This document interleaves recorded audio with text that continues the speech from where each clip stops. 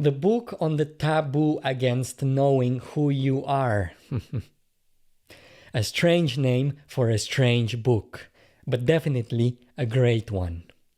And in this episode, we are going to analyze a few excerpts from it. We'll do that from a very specific perspective, as we always do, which is that of your own personal and spiritual growth.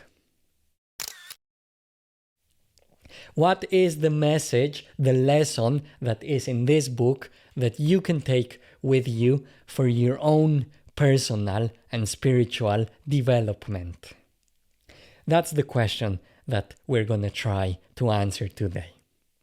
And stay till the very end, because I'll tell you more about the author's secret to who you are and how to go about finding yourself. Because that's what the book is all about. That you are so much more than you think. And that the purpose of your life is to find yourself.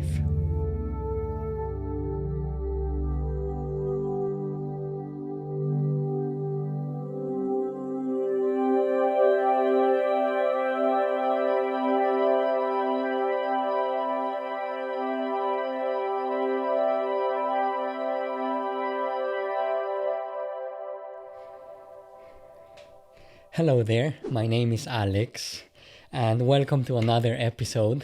This time we have another great book. It has a funny title.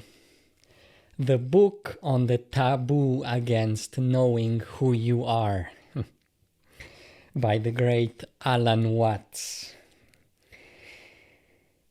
I say this because Alan Watts has been a very influential figure in my life. I think the teaching in these words here in the whole book is one that's very profound, as we will see, and has been one that has helped me so far in my journey. And therefore, it is a pleasure to share some of it with you here today. I have prepared a few things, so we have a lot to cover, so I'll try to do things as quickly as I usually would. Quickly to the author, Alan Watts. If you Google it, probably Wikipedia will tell you he is a philosopher, but I would describe him as a spiritual teacher. That's what he's been to me, at least. And I know he would have described himself as a spiritual entertainer. Because he's really fun. Humor is really his thing. What I can recommend, if you've never heard of Alan Watts, search a few YouTube videos on him. His talks, there's a lot of material of recorded talks to find on the internet, and they are very fun, so I would recommend that. Alan Watts was British. He lived in the 20th century, and he was one of the main voices that brought Eastern spiritual ideas to the West, especially Zen Buddhism. He has another good book on the Zen philosophy, but we might get to that at some point in the future. Not today, though. Today we have this beauty, the book. It was written in 1966, if I am not mistaken. And it's probably one of the few books that were actually written or typed by Alan Watts.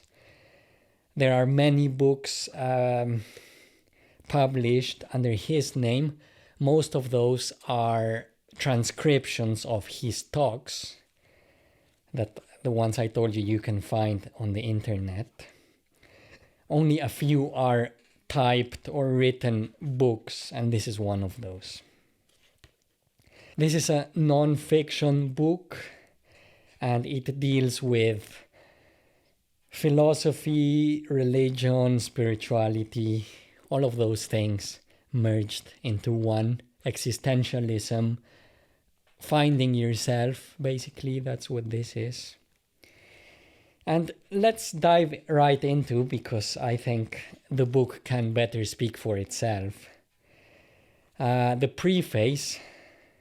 So these are the very first words that you can read from the main text, where he says, "This book explores an unrecognized but mighty taboo, our tacit conspiracy to ignore who or what we really are." So he's saying the book deals with who you are. So this is almost like a mirror again. It's pointing to yourself. Briefly, the thesis is that the prevalent sensation of oneself as a separate ego enclosed in a bag of skin is a hallucination which accords neither with Western science nor with the experimental philosophy, religions of the East, in particular the central and germinal Vedanta philosophy of Hinduism. So he's introducing the main idea, which he's saying is all about realizing that the idea that you have of yourself as a separate ego enclosed in a bag of skin is a hallucination, which accords neither with Western science nor with religions of the East, spiritual views of the East. And that's what the book is. It's like merging Western science. Of course, this was 1966, so probably we are farther away in the understanding of the same ideas that he was a pioneer of. But it's like merging science and Eastern spiritual thought and come to the conclusion, you are more than just a bag of skin. You are more than just a separate self, a separate little me.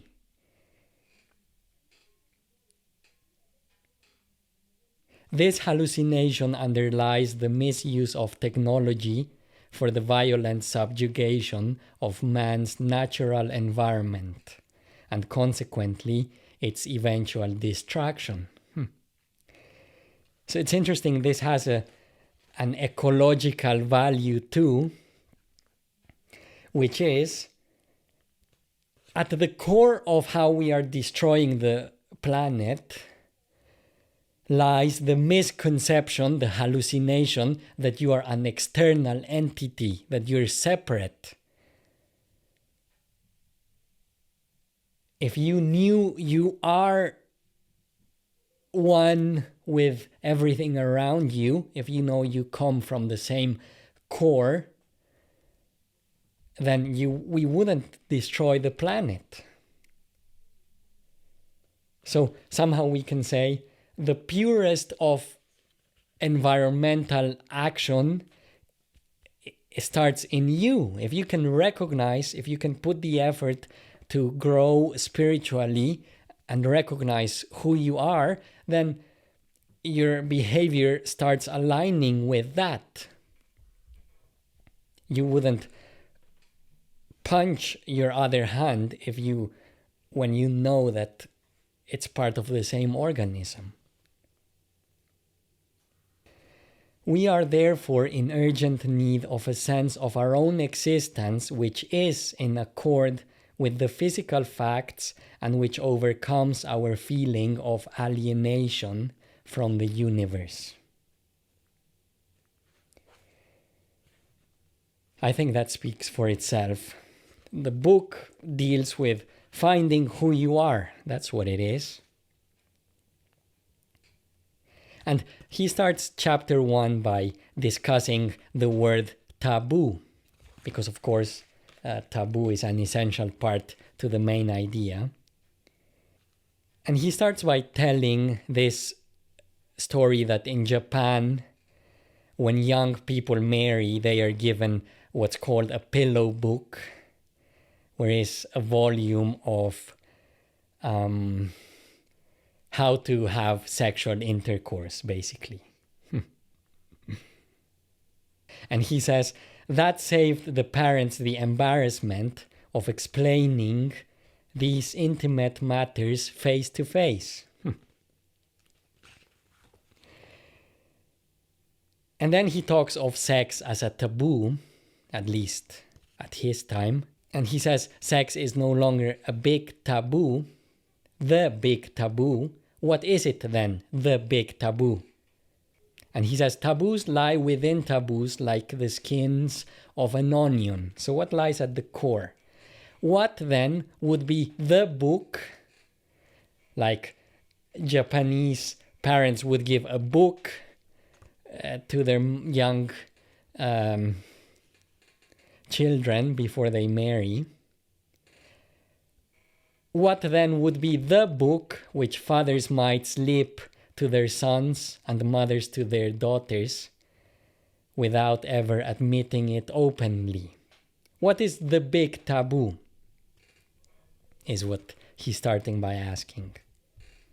And what sort of a book would I want to produce in order to address that taboo? And that's what this book is.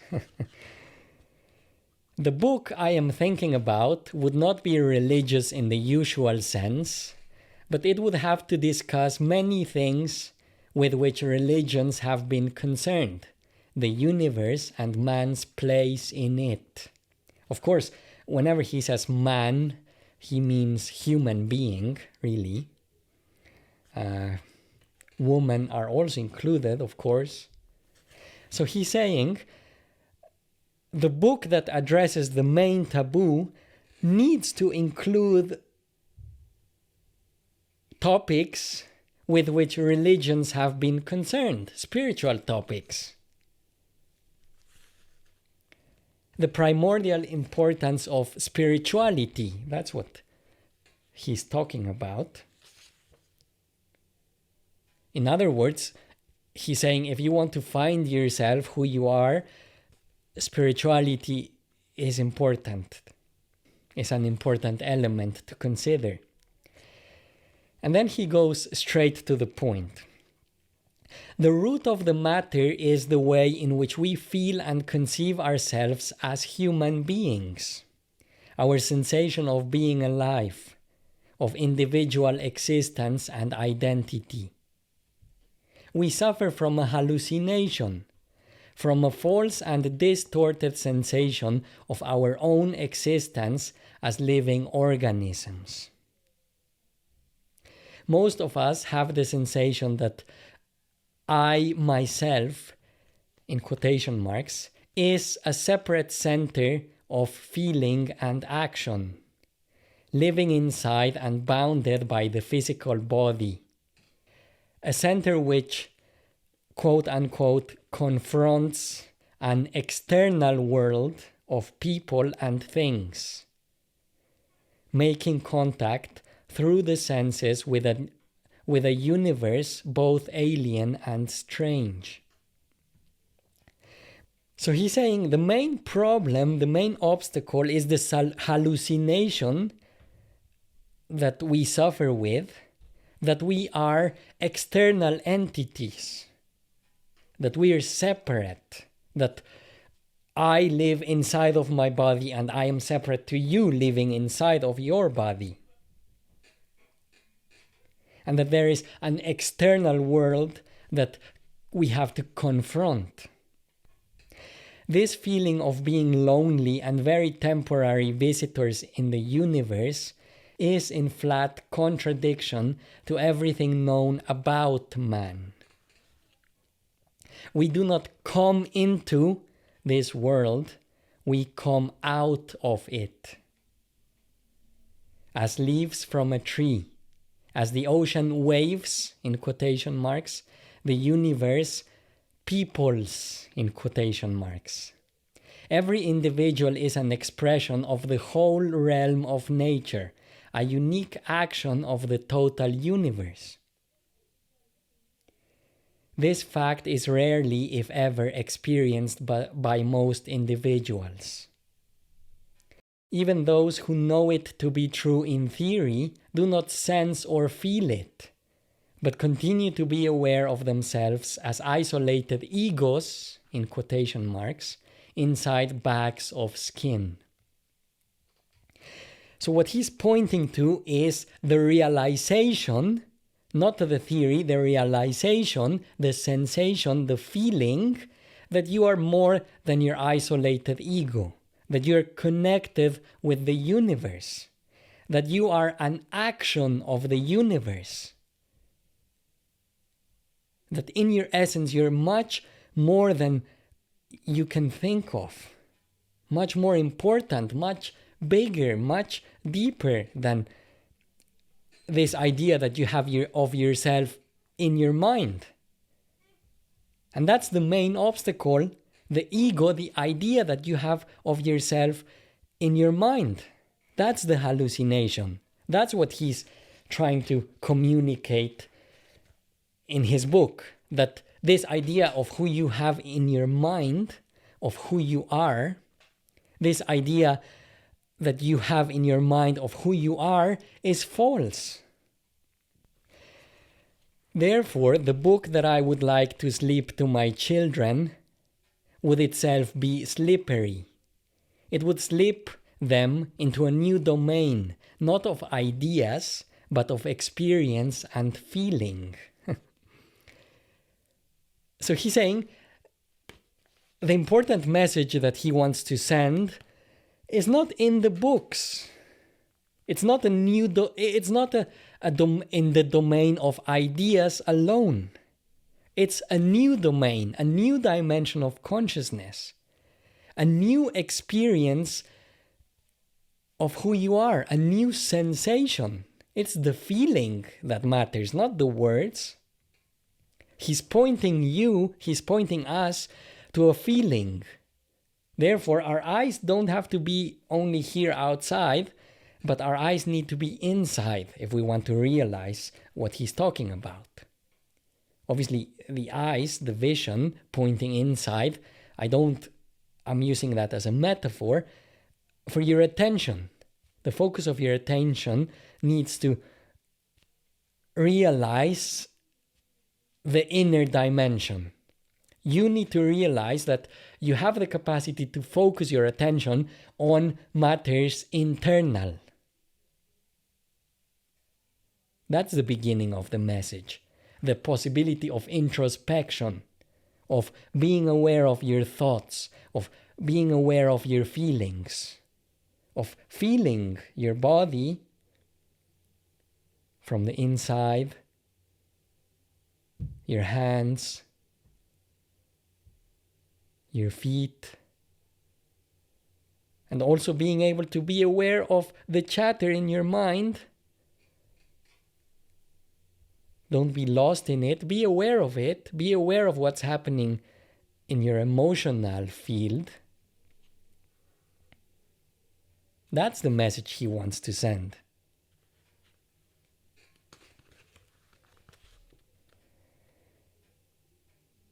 We do not need a new religion or a new Bible. We need a new experience, a new feeling of what it is to be I, in quotation marks. So he's pointing the way already. The direction to personal growth is towards the feeling of what it is to be I. If you can try to figure out how it feels to be you, how it feels to be alive, how it feels to exist, how it feels to be, if you're aiming in that direction, you're doing things right, basically. That's what personal development is all about. Self-discovery, self-realization. And he's saying, it's a feeling, it's an experience. How do you know the degree to which you are making progress on the spiritual path? Is a question that Eckhart Tolle asks in his book, The Power of Now. How do you know, how can you measure that you're making progress in spiritual development? And the answer that he writes about is by the degree of peace that you feel inside. And that's the trick to it. When you're able to feel this I that Alan Watts is talking about, it comes as a feeling of peace, of aliveness. But it starts with the correct understanding. And Alan Watts continues, the most strongly enforced of all known taboos is the taboo against knowing who or what you really are behind the mask of your apparently separate, independent, and isolated ego. The difficulty in realizing it, who you are basically, is that conceptual thinking cannot grasp it. It is as if the eyes were trying to look at themselves directly. So you cannot understand it with your mind. The understanding, it's not a conceptual understanding of saying, oh yes, I am connected with the universe, or oh yes, there is something deeper to who I am, or oh yes, there's a deeper dimension, a higher self, a deeper self, whatever you want to call it. There is a kingdom of heaven, or a Buddha nature, I have a Buddha nature. It's not the theory, it's not the words, it's not convincing yourself that that's the case. It's realizing it by feeling. It's a feeling realization. Therefore, the first task is to let go of trying to understand things through your mind and thoughts, and finding a new way of understanding things, of understanding who you are. It's a feeling realization.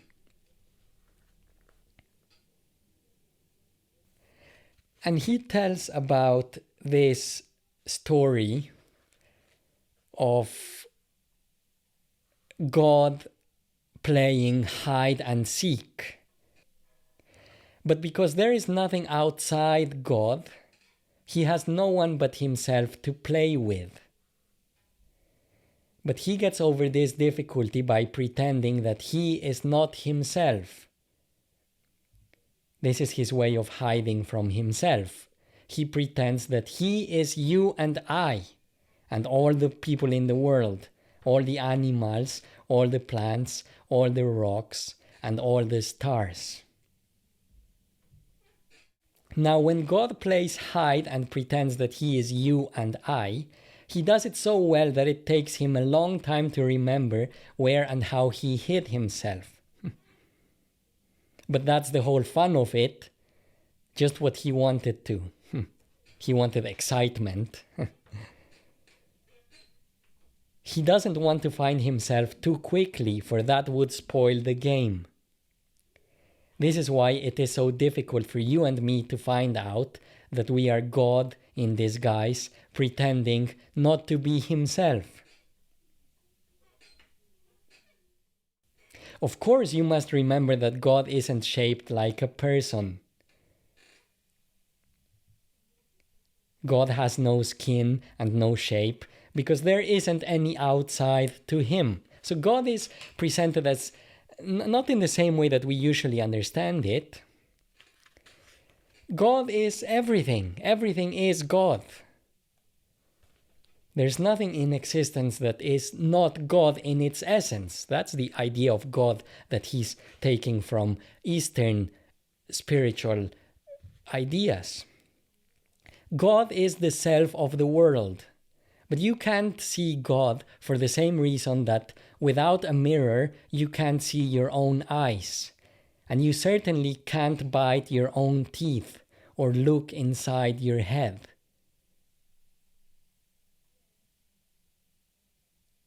Yourself is that cleverly hidden because it is God hiding.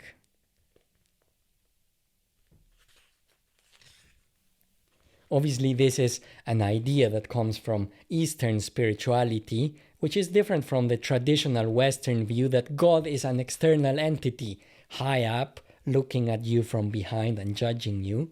No, God is hidden in everything. The secret, he goes on to say, is that the ultimate ground of being, in capital letters, is you. Not, of course, the everyday you, which the ground is assuming or pretending to be, but that inmost self, with a capital S, which escapes inspection because it's always the inspector. This is the taboo of taboos. You are it.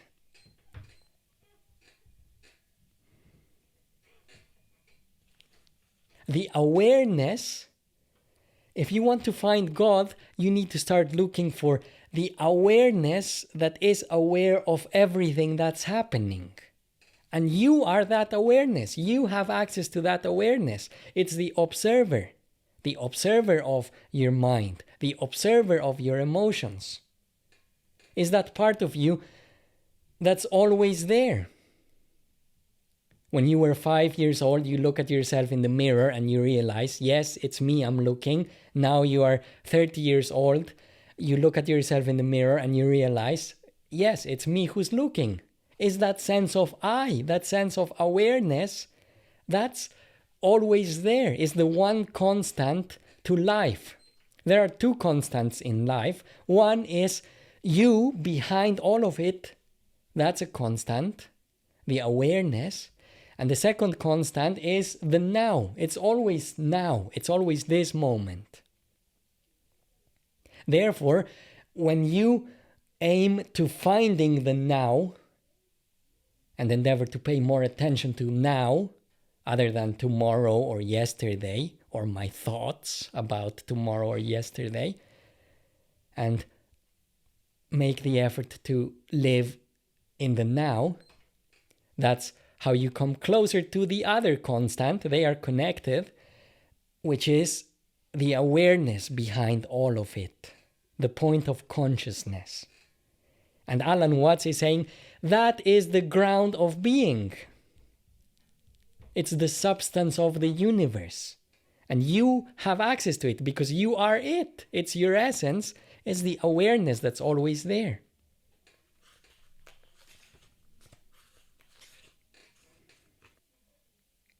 Now, he recognizes the fact that saying that you are God is like a blasphemy, he says.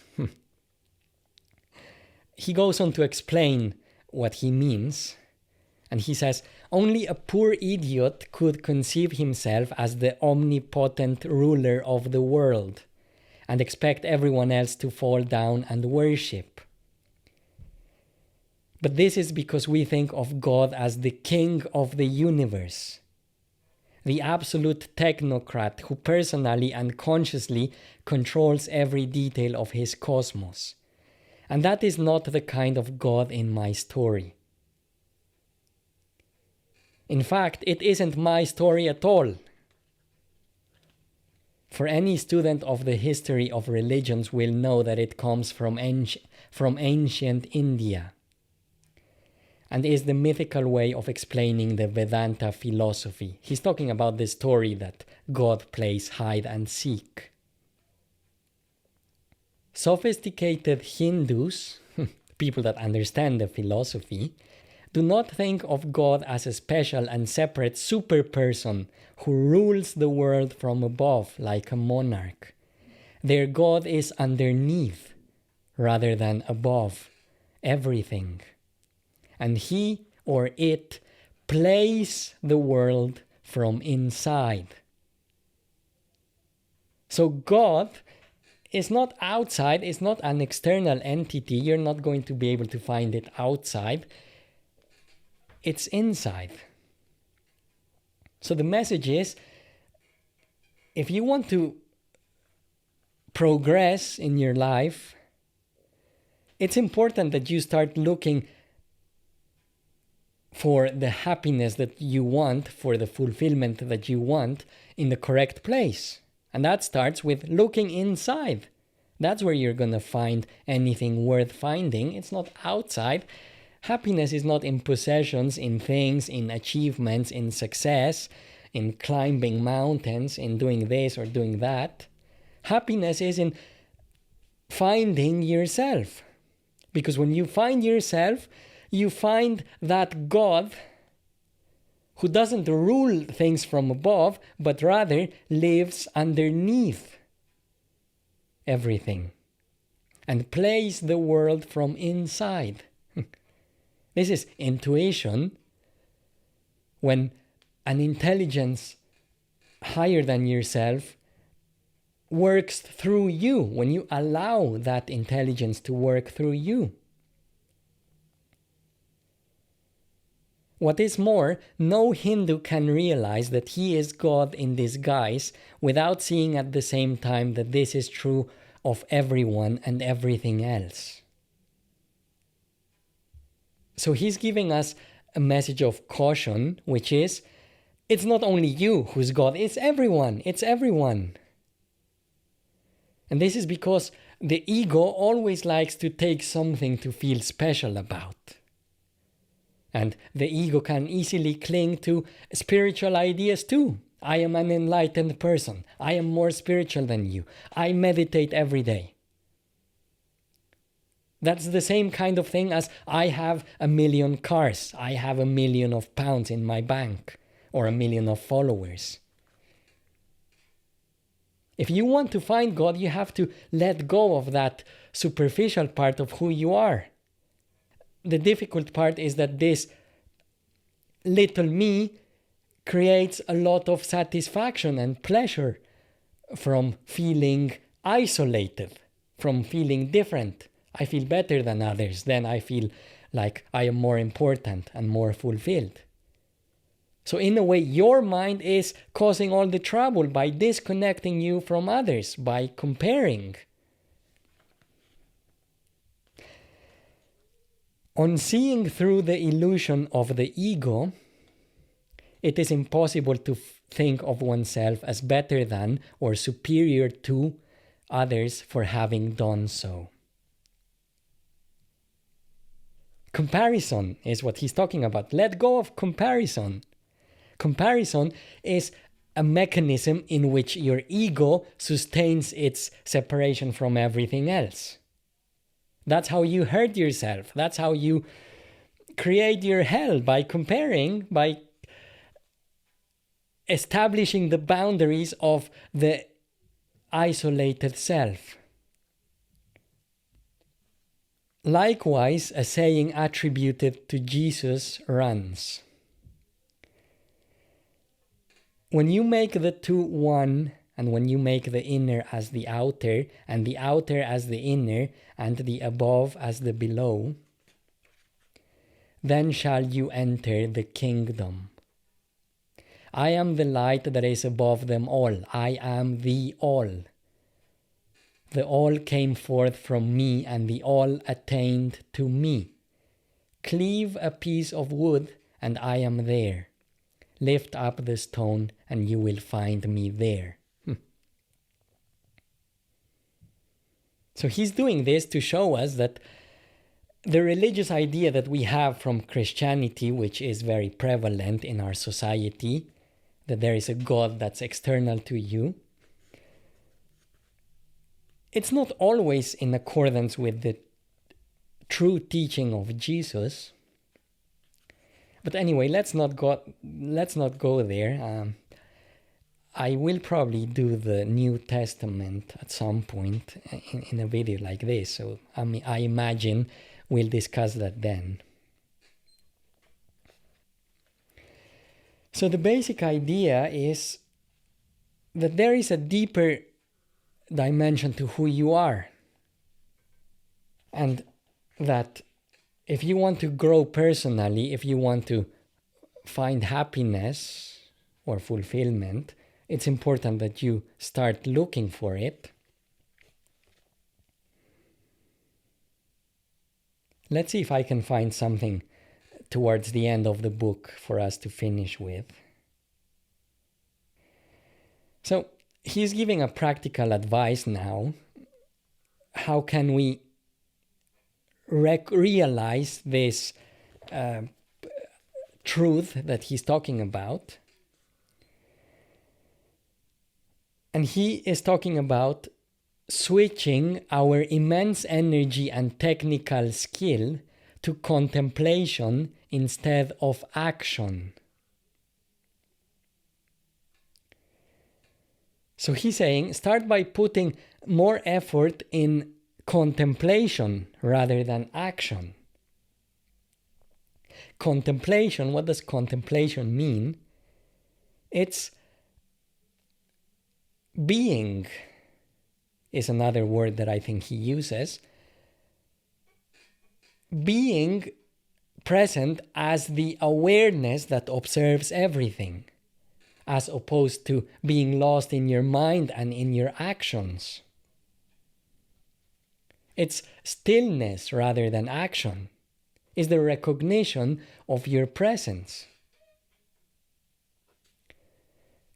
Introspection is also part of it. So what can you do about all of this? I introduced an idea that's probably radical in your ears. Okay, how can we translate it into action? It starts with contemplation and introspection.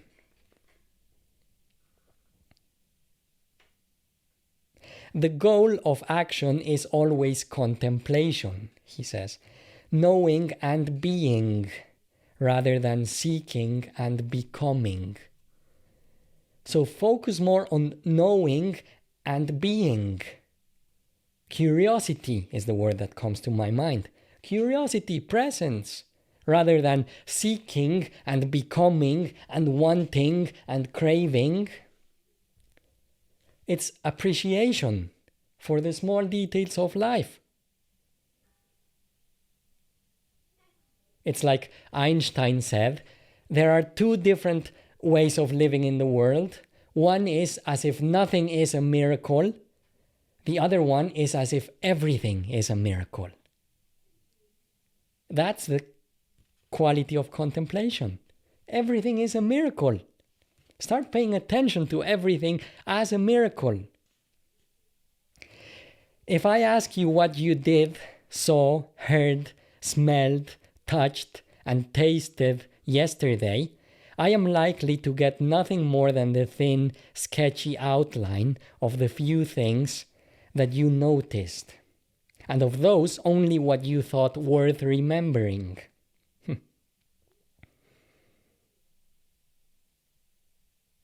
Is it surprising that an existence so experienced seems so empty and bare that its hunger for an infinite future is insatiable?